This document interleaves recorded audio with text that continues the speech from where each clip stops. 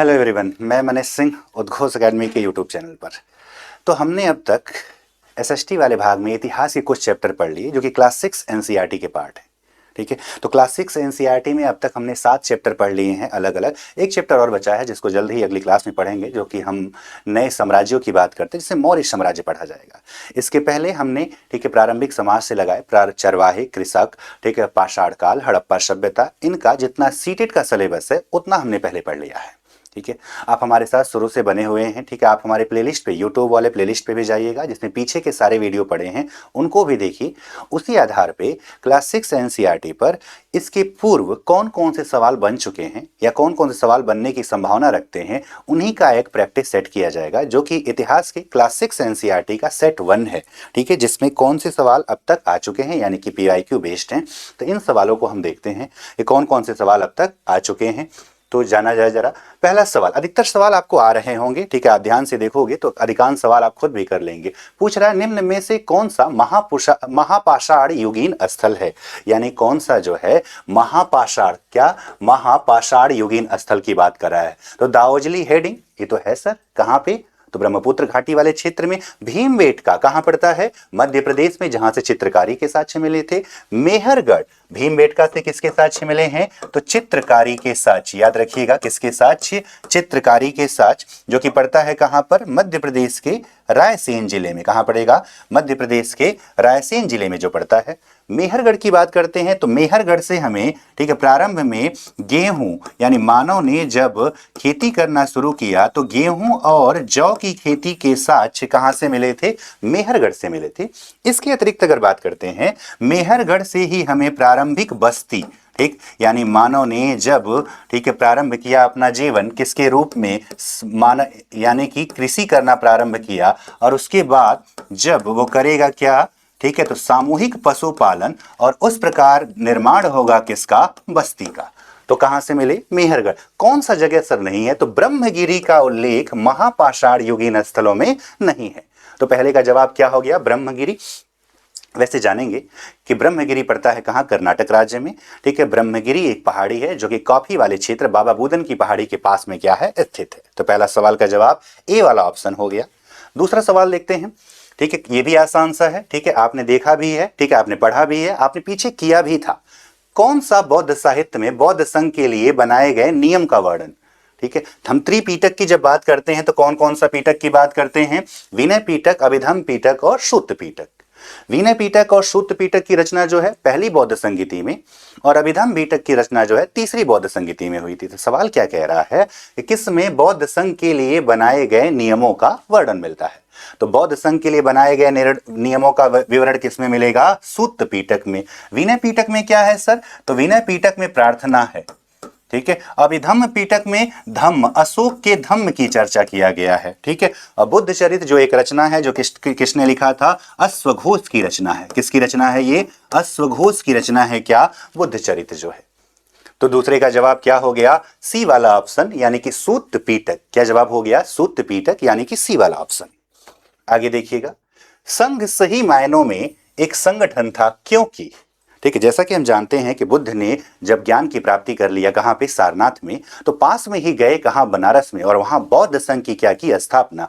वो बौद्ध संघ आज के समय से भी काफी मेल खाता है, और उस कह रहा है कि कई सदस्यों ने एक साथ चर्चाओं और वाद विवादों के साथ शासन किया। जैसे कि आज संसद में चर्चा होती है, वाद विवाद होता है, फिर कोई अधिनियम बनता है, फिर कोई नियम बनते हैं। तो पहला तो सही है। महिलाओं और कामगारों को सभाओं में भाग लेने के लिए सम्मिलित किया गया था। यहां पर याद रखें कि बौद्ध संघ में महिलाओं को, प्रारंभ की बात कर रहे हैं, महिलाओं को, ठीक है, इसके अतिरिक्त दासों को, इसके अतिरिक्त चोरों को, इनको संघ में शामिल होने का अधिकार नहीं था। वैसे बाद में संघ में शामिल होने वाली जो पहली महिला होती हैं वो है कौन, तो प्रजापति गौतमी। ठीक है, बुद्ध की मौसी कौन, जिन्होंने उनका पालन पोषण किया था, प्रजापति गौतमी प्रथम महिला होती हैं जो किसमें शामिल होंगी, बौद्ध संघ में। प्रथम महिला जो किसमें शामिल होंगी, बौद्ध संघ में शामिल होती।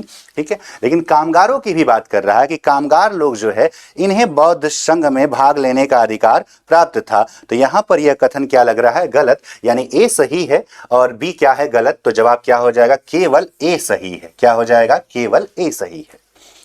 आगे देखिए, निम्नलिखित में से कौन सा विकल्प मृतकों को उनके सामान के साथ दफनाए जाने के कारण की सबसे अच्छी व्याख्या है? तो जैसा कि जानते हैं कि प्रारंभिक मानव जब मर जाता था तो उसे फेंक दिया जाता जंगल में, जिससे जानवर उसे खा लेते थे। हम खाते थे जानवर, जानवर खाता था हमको। फिर मानव को ज्ञान हुआ कि मरने के बाद पुनर्जन्म होता है, और पुनर्जन्म होगा तो जब जानवर खा लेगा तो पुनर्जन्म का तो सवाल ही नहीं है। तो जब उसको दफनाया जाए तो उसके प्रिय वस्तुओं को भी साथ में दफनाया जाए। जैसे कि एक जगह है जिसका नाम है क्या, बुर्ज होम। ठीक है, बुर्ज होम से एक साक्ष्य मिला जिसमें मानव के साथ, ठीक है, किसको दफनाया गया था, तो कुत्ते को दफनाया गया था। ठीक है, इस प्रकार यानी कह सकते हैं कि मानव का प्रिय रहा होगा क्या उस समय उसका कुत्ता, तो उसको दफनाया गया।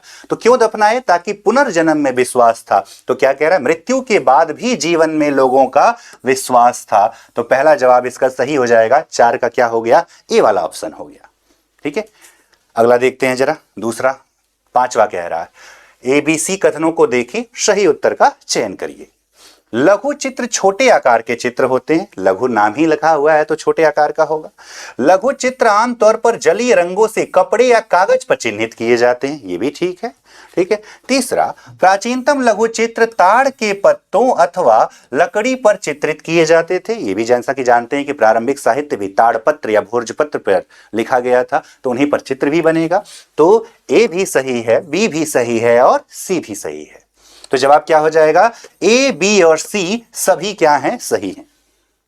हम जानते हैं कि चित्रकारी की जब बात करता है तो प्राचीनतम चित्रकारी के साक्ष्य कहां से मिले थे, तो प्राचीनतम चित्रकारी के साक्ष्य मिलते हैं मध्य प्रदेश के भीमबेटका से। ठीक है, उसके बाद उत्तर प्रदेश में भी मिर्जापुर का लिखुनिया, घोड़मंगर, ऐसी कुछ जगहों से, आदमगढ़, मध्य प्रदेश का आदमगढ़, इन जगहों से हमें चित्रकारी के साक्ष्य मिलते हैं। नेक्स्ट सवाल क्या कह रहा है, ठीक है, करीब 2500 वर्ष पूर्व लोहे के औजारों, जिनमें जंगलों के साफ करने के लिए कुल्हाड़ियां और जुताई के लिए हलों की फाल शामिल हैं, के बढ़ते प्रयोग का प्रमाण मिलता है, जो कृषि उत्पादन में बढ़ोतरी के लिए उपयोगी था। लगभग 2500 वर्ष पूर्व तक अनेक शहर विकसित हुए। ठीक है, बिल्कुल सही कह रहा है। ठीक है, आज से जब 2500 वर्ष पूर्व की बात कर रहे हैं, यानी कि ईसा से लगभग 500 साल पहले, तो आप जानते हैं कि लोहे की खोज, ठीक है, लोहे की खोज, ठीक, ईसा से 1000 साल पहले यानी कब हो गई थी, 1000 बीसी में। और कहां पर, तो अतरंजी खेड़ा में। कहां पर हुआ था, अतरंजी खेड़ा, जो कि पड़ता है कहां, उत्तर प्रदेश के एटा जिले में। ठीक है, और 500 साल पहले की बात कर रहा है तो महाजनपदों का विकास हो चुका था 6ठी शताब्दी तक। ठीक, किसका विकास हो गया, महाजनपदों का विकास हो चुका था। तो ए और बी दोनों सही हैं, तथा ए और बी में क्या है, आपस में संबंध भी है। ठीक है, ये सवाल, ठीक है, पहले पूछे जा चुके हैं। ठीक है, याद रखें पिछले के वर्षों में, यानी पीआईक्यू बेस्ड, यानी यही वो ही सवाल हम कर रहे हैं जो सवाल क्लास 6 एनसीईआरटी पे, यानी कि आपके सिलेबस के 7-8 चैप्टरों के आधार पर, ठीक है, जो पहले आ चुके हैं, ऐसे ही सवाल किया जा रहा। तो छठे सवाल का जवाब क्या हो जाएगा, थर्ड ऑप्शन, ए और बी दोनों सही हैं, तथा ए और बी में आपस में क्या है, संबंध भी है। नेक्स्ट देखते हैं, सम्राटों को राजाओं की तुलना में ज्यादा संसाधनों की आवश्यकता होती। सम्राट वही चक्रवर्ती सम्राट कहलाए, जैसे चंद्रगुप्त मौर्य, जिसका क्षेत्र बड़ा हो। राजा तो सामंत जैसे लोग भी हो जाते थे। सम्राटों के पास बड़ी संख्या में कर इकट्ठा करने वाले अधिकारी भी होते थे। ठीक है, ये भी ठीक है। तो अगर अधिकारी रहेंगे कर इकट्ठा, तभी ना संसाधनों की क्या बढ़ेगी, यानी संसाधनों को खरीदने का, संसाधनों को एकत्रित करने का माध्यम, जितना ज्यादा कर उतने ज्यादा संसाधन। ठीक है, तो यानी ए भी सही है, बी भी सही है, यानी बी ए की क्या है व्याख्या, 1 और 2 दोनों सही हैं, तथा 2 1 2 की क्या है व्याख्या। ठीक है, कौन सा जवाब हो गया, तीसरा ऑप्शन, थर्ड वाला हो गया। ठीक, नेक्स्ट सवाल की तरफ चलते हैं। अशोक के अभिलेख में किस लिपि में लिखे गए थे? याद रखेंगे, अशोक के अभिलेखों की जब बात करते हैं, ठीक है, तो याद रखिए 4 प्रमुख लिपियों का वर्णन मिलता है। जैसे सबसे प्रमुख लिपि कौन सी थी, ब्राह्मी लिपि थी। इसके अतिरिक्त जो है अरमाइक लिपि का क्या मिलता है, वर्णन मिलता है। किसका, अरमाइक लिपि का क्या मिलता है, वर्णन मिलता है। ठीक है, इसके अतिरिक्त जो है खरोष्टी लिपि का क्या मिलता है, वर्णन मिलता है। ठीक है, और एक ग्रीक लिपि का क्या मिलता है, वर्णन। कितनी लिपियां, 4 लिपियां। आप खुद ही आप उत्तर लगा लोगे। पूछ रहा है अशोक के अभिलेख किस लिपि में लिखे गए, तो दिए गए ऑप्शन से आपको लग गया होगा कि कौन सा जवाब होगा, कौन सा, ब्राह्मी लिपि। कौन सी लिपि, ब्राह्मी लिपि। ठीक है, तो क्या जवाब हो गया थर्ड वाला। अशोक के अभिलेख याद रखेंगे, बृहत शिलालेख, लघु शिलालेख, स्तंभ लेख और लघु स्तंभ लेख। कितने प्रकार के मिले हैं? 4 प्रकार के मिले। जिसमें बृहत शिलालेखों की चर्चा होती है तो वो भारत के यानी उस समय के भारत के उपमहाद्वीप के 8 स्थानों से मिले हैं, जिनकी संख्या टोटल 14 है। ठीक है, आगे वाले सेक्शन में जाना जाएगा। नेक्स्ट, रेशम मार्ग पर नियंत्रण रखने वाले शासकों में सबसे प्रसिद्ध कुषाण थे। ठीक है, तो कुषाण में एक राजा हुआ कनिष्क, भारतीय इतिहास का पहला राजा जिसने संपूर्ण रेशम मार्ग पर अधिकार कर ली। इसीलिए उसी के समय जो कहते हैं ना भारत सोने की चिड़िया, तो इसमें प्रमुख भूमिका किसने निभाई थी? कनिष्क ने निभाया था। तो पहला तो सही है। कुषाणों ने मध्य एशिया तथा पश्चिमोत्तर भारत पर शासन किया। वे सबसे पहले सोने के सिक्के जारी करने वाले शासक थे जिनका उपयोग व्यापारियों ने किया। ठीक है, याद रखें। ठीक है, सबसे पहले सोने के सिक्के, जब बात करता है कि स्वर्ण सिक्के सबसे पहले किसने जारी किया, तो हम नाम लेते हैं किसका? हिंद यवनों का। किसका नाम लेते हैं? हिंद यवनों का। मेनांडर का नाम आपको याद आना चाहिए कि सोने के सिक्कों की जब बात करेगा। ठीक है, सबसे अच्छी क्वालिटी का किसने चलाया था? कुषाणों ने चलाया। ठीक है, जिसमें हम विमकटपसिस और जो है नाम लेते हैं किसका? कनिष्क का। लेकिन सवाल क्या कह रहा है? सबसे पहले सोने के सिक्के जारी करने वाले शासक। तो सबसे पहले सोने के सिक्के कौन जारी करेगा? हिंद यवन जारी करते हैं। कौन जारी करते हैं? हिंद यवनों ने जारी किया था। ठीक है, तो आपको क्या लग रहा है कौन सा सही होगा? तो केवल एक सही है, बी वाला क्या है? गलत। कौन सा जवाब दिख रहा है? केवल एक सत्य है लेकिन दूसरा क्या है? गलत है। ठीक है, केवल एक सत्य है और दूसरा क्या है? गलत है। नेक्स्ट चलते हैं, 10वां नंबर। हमें ज्ञात है कि हड़प्पा कालीन लोगों ने हल का प्रयोग किया क्योंकि पुरातत्वविदों को, ठीक है, तो कह रहा है कौन सा साक्ष्य मिला? वास्तविक हल, सवाल ही नहीं उठता है।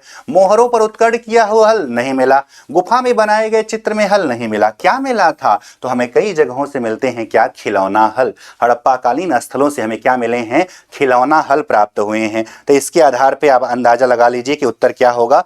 तो क्या जवाब बना दिया जाए इसका? ठीक है, तो इसका उत्तर क्या हो जाएगा? अगला वाला ऑप्शन जो कि है क्या? थर्ड वाला, खिलौना हल। क्या हो गया? खिलौना हल। 10 का हो गया। Next 11 number.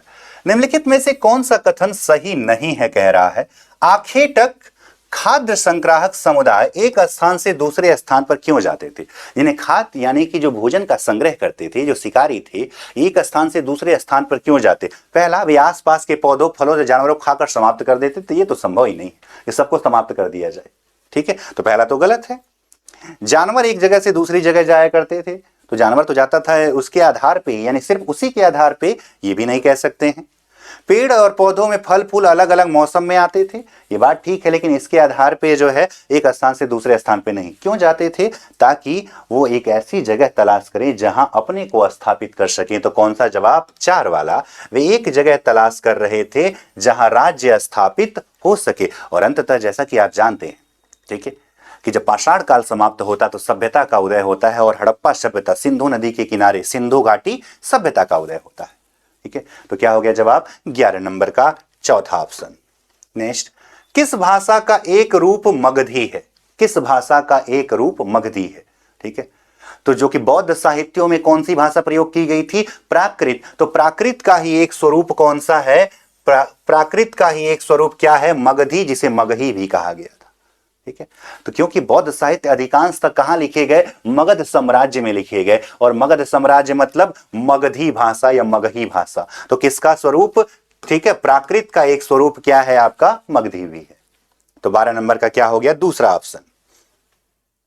मिस्र के रोसेट्टा नामक कस्बे में एक उत्कीर्ण पत्थर मिला। निम्नलिखित में से कौन सी भाषा? मिस्र की बात कर रहा है, तो मिस्र जो है यूनान से जो आने वाले, ठीक है, जो भी आक्रमणकारी तो मिस्र होके आ रहे थे, तो अंदाजा लगा लीजिए कौन सी भाषा हो सकती है? रोमन, यूनानी, आर्मेइक और लैटिन। क्या जवाब लगा दिया जाए? फटाक से उत्तर बताइए कि क्या इसका जवाब लगाया जाए। ठीक है, A B C D, कौन सा उत्तर इसमें क्या होगा? सही होगा।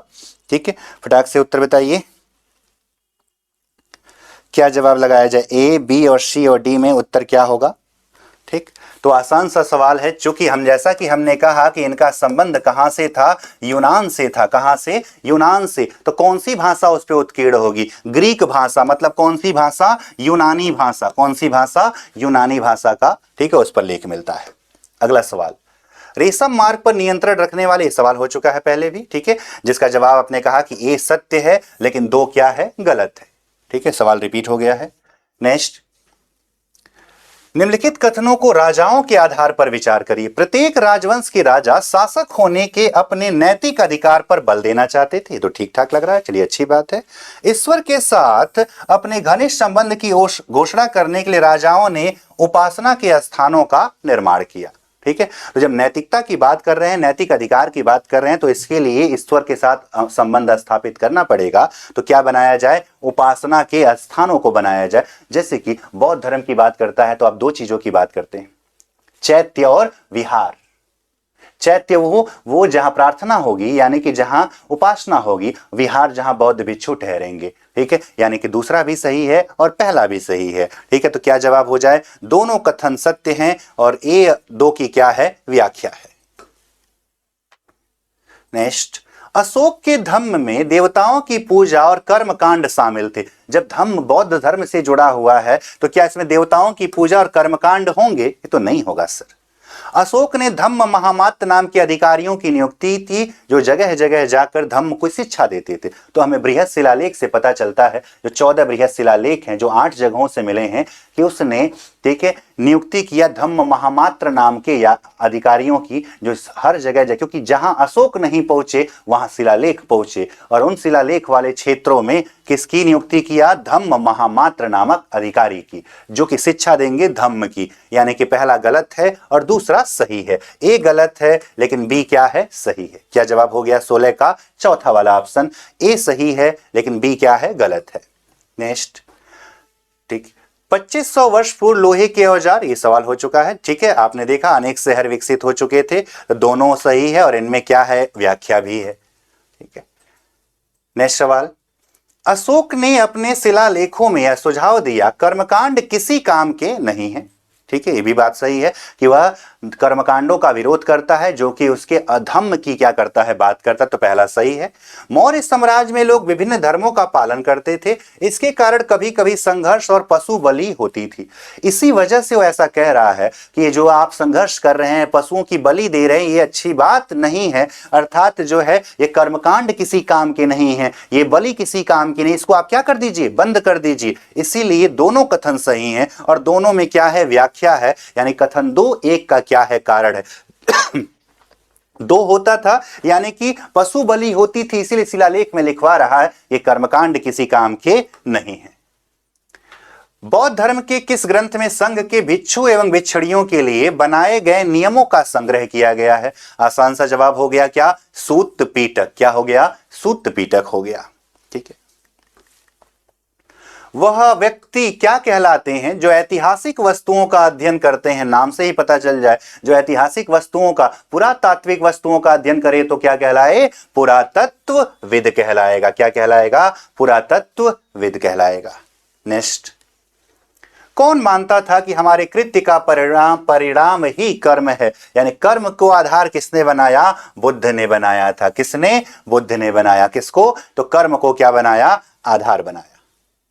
जैसे जैसे लोगों ने पशुओं को पालतू बनाना आरंभ किया, पालतू पशु धीरे धीरे जंगली पशुओं से इस रूप में भिन्न होते गए। उनके दांत छोटे हो गए, उनके सींग क्या हो गए, छोटे। जब बर्फ पिघली तो बड़े जानवर समाप्त हुए, छोटे जानवर आए जिनके दांत छोटे थे, सींग भी क्या होते गए, छोटे होते गए। यानी ए और बी दोनों क्या है, सही है, ठीक है, याद रखेंगे, ठीक है। जब हम बात करते हैं आद्य नूतन युग की, आद्य नूतन युग, आद्य नूतन युग से तात्पर्य है होलोसीन एज। कौन सा एज की बात की जा रही है, होलोसीन एज की बात कर रहे हैं। कब से, तो 10,000, ठीक है, बीसी से अब तक कौन सा युग चल रहा है, ठीक है, तो अब तक चल रहा है आद्य नूतन युग। इसके पहले क्या चलता था, इसके पहले लगभग 30 लाख बीसी से, 30 लाख बीसी से कब तक, 10,000 ईसा पूर्व तक, इसको कहते हैं क्या, प्लिस्टोसीन युग। क्या कहते हैं, प्लिस्टोसीन युग, ठीक है, जिसको आप अपने शब्दों में कह सकते हो हिम युग कहा जा सकता है। क्या कहा जा सकता है, हिम युग। तो जब बर्फ पिघली तो बड़े जानवर समाप्त, छोटे जानवर अस्तित्व में आए, जैसे हिरन आया, खरगोश आया, बकरी आई, और उनके दांत छोटे और सींग भी क्या थे, छोटे थे। नेक्स्ट, भारत में 4 पुरातात्विक स्थलों के नाम नीचे दिए गए हैं, इनको दक्षिण से उत्तर से दक्षिण दिशा में लगाना है। तो जब हम बात करते हैं, ठीक है, उत्तर से दक्षिण में, ठीक है, तो बुर्जहोम कहां पड़ेगा? तो सर ये तो जम्मू कश्मीर में पड़ता है। ठीक है, होसंगी कहां पड़ेगा? सर ये तो आंध्र प्रदेश में पड़ता है। भीमबेटका कहां पड़ेगा? मध्य प्रदेश में। और पय्यमपल्ली, जहां से मनका निर्माण, किसका साक्ष्य मिला था? मनका निर्माण उद्योग का पता चला था नवपाषाण काल में पय्यमपल्ली से। भीमबेटका से किसका साक्ष्य मिला था? तो चित्रकारी का साक्ष्य मिला था। ठीक है, बुर्जहोम की बात करते हैं तो यहां से गर्तावास मिले थे, गर्तावास यानी गड्ढा घर मिले थे। ठीक है, तो उत्तर से दक्षिण लगाना, तो सबसे ऊपर कौन हो जाए? सबसे ऊपर हो जाए आपका बुर्जहोम हो जाए। ठीक है, उसके नीचे मध्य प्रदेश में कौन सी जगह? भीमबेटका। कौन सी जगह हो गई? भीमबेटका हो गया। ठीक है, इसके बाद किसका नंबर है? होसंगी। कौन सी जगह? होसंगी का नाम आ जाए। और फिर सबसे लास्ट में तमिलनाडु में क्या हो जाए? पय्यमपल्ली हो जाए। ठीक है, तो ये हो गया उत्तर से दक्षिण। आप खुद ही अंदाजा लगा लीजिए क्या उत्तर हो जाएगा। ठीक है, बुर्जहोम को पहले लगा देना है, यानी डी वाला ऑप्शन पहले लगा देना है। एक ही को मिलाया, सब आ गया। ठीक है, सिर्फ एक उत्तर पता चला, चारों उत्तर अपने आप पता चल गए। ठीक, नेक्स्ट, भीमबेटका को पूरा स्थल भारत के कौन से राज्य में? अभी पीछे ही बता चुका हूं कौन से राज्य में? मध्य प्रदेश में। कौन सा जिला है? तो रायसेन जिला है। कौन सा जिला है? रायसेन जिला है। ठीक है, भीमबेटका जो कि प्रारंभिक पुरापाषाण काल में, ठीक है, यहां से हमें मिलते हैं कि यानी पुरापाषाण काल में चित्रकारी के साक्ष्य कहां से मिले? भीमबेटका से। इसीलिए भीमबेटका को यूनेस्को की सूची में क्या किया गया? शामिल किया गया है। मध्य प्रदेश में है। इसके अतिरिक्त चित्रकारी का साक्ष्य उत्तर प्रदेश के मिर्जापुर के लिखुनिया से, घोड़मंगर से भी, क्या विंडम से भी प्राप्त हुए हैं। ठीक है, नेक्स्ट, चलिए, तो ये क्या रहे आपके क्लास 6 एनसीईआरटी के पीवाईक्यू, यानी जो पीछे पूछे जा चुके हैं। बस ऐसे ही आप मेरे साथ करते रहिए, आपका सारा सवाल, ठीक है, सारे जवाब जो भी आपके मन में संदेह होगा वो धीरे धीरे अपने आप ही, ठीक है, क्या होता जाएगा? पूरा होता जाएगा। ठीक है, तो अब तक क्लास में बने रहिए। इन सवालों को एक बार दो बार आप पढ़ेंगे, एक बार देखेंगे, अपने आप चीजें बेहतर होती जाएंगी। देखिए, जितना पढ़ा रहा हूं ना उतना पर्याप्त है। बार बार ये बात कह रहा हूं कि हमें जो है उतना ही पढ़ना है जो सीटेट में आपको पास करा दे, सीटेट में आपको बाउंड्री पार करा दे। ठीक, आपके 60 नंबर वाले हिस्से में 40 नंबर का जो कंटेंट वाला हिस्सा है वो मेरे साथ बने रहिए, आसानी से क्या हो जाए? क्लियर हो जाएगा। ठीक है, तो जैसे अभी इतने क्वेश्चंस की, इसका एक पूरा सेट भी बीच बीच में प्रैक्टिस सेट के रूप में भी मिलता रहेगा, और इसी तरह से हम पढ़ेंगे कि सारा चीज क्लियर हो जाए। हमारे साथ बने रहिए, वीडियो को लाइक भी करिएगा, ज्यादा से ज्यादा लोगों तक, जो आप तक नहीं जुड़ पाए हैं इस चैनल से, उद्घोष अकादमी से, उनको भी बताइए कि उद्घोष अकादमी जो है, ठीक है, आपके सीटेट की तैयारी को आसान बना रहा है। जहां मेरे साथ कुछ अन्य लोग भी हैं जो आपको दिख रहे होंगे, जैसे कि हरिंदर सर के माध्यम से आपको गणित मिल रहा होगा, उमाकांत तिवारी जी के नेतृत्व में संस्कृत की सबसे बेहतरीन क्लास मिल रही होगी। ठीक है, या वंदना मैम के माध्यम से आपको सीडीपी मिल रहा है, या संतोष राव सर के नेतृत्व में जो है आपको, ठीक, विज्ञान मिल रहा है।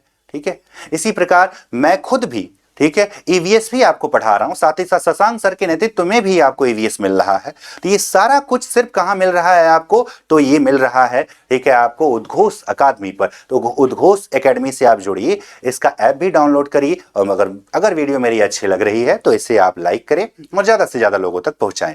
आपके सीटेट को पास कराने की जिम्मेदारी हमारी है। ठीक है, हम एसएसटी वाले लोगों की बात करें, ईवीएस वाले लोगों की बात करें, हमारी टीम जो है, ठीक है, इसके लिए इस तरह से लगी हुई है कि आपके काम को यूं ही आसान बना देगी। बस कुछ ही घंटे आपको देने हैं। ठीक है, आज के लिए बस इतना ही। धन्यवाद, मिलते हैं अगली बार। ठीक है, और इन तथ्यों को जाना जाएगा जो कि इसको क्या बनाते हैं? सबसे विशिष्ट बनाते हैं। ठीक है, तो आज के लिए बस इतना ही।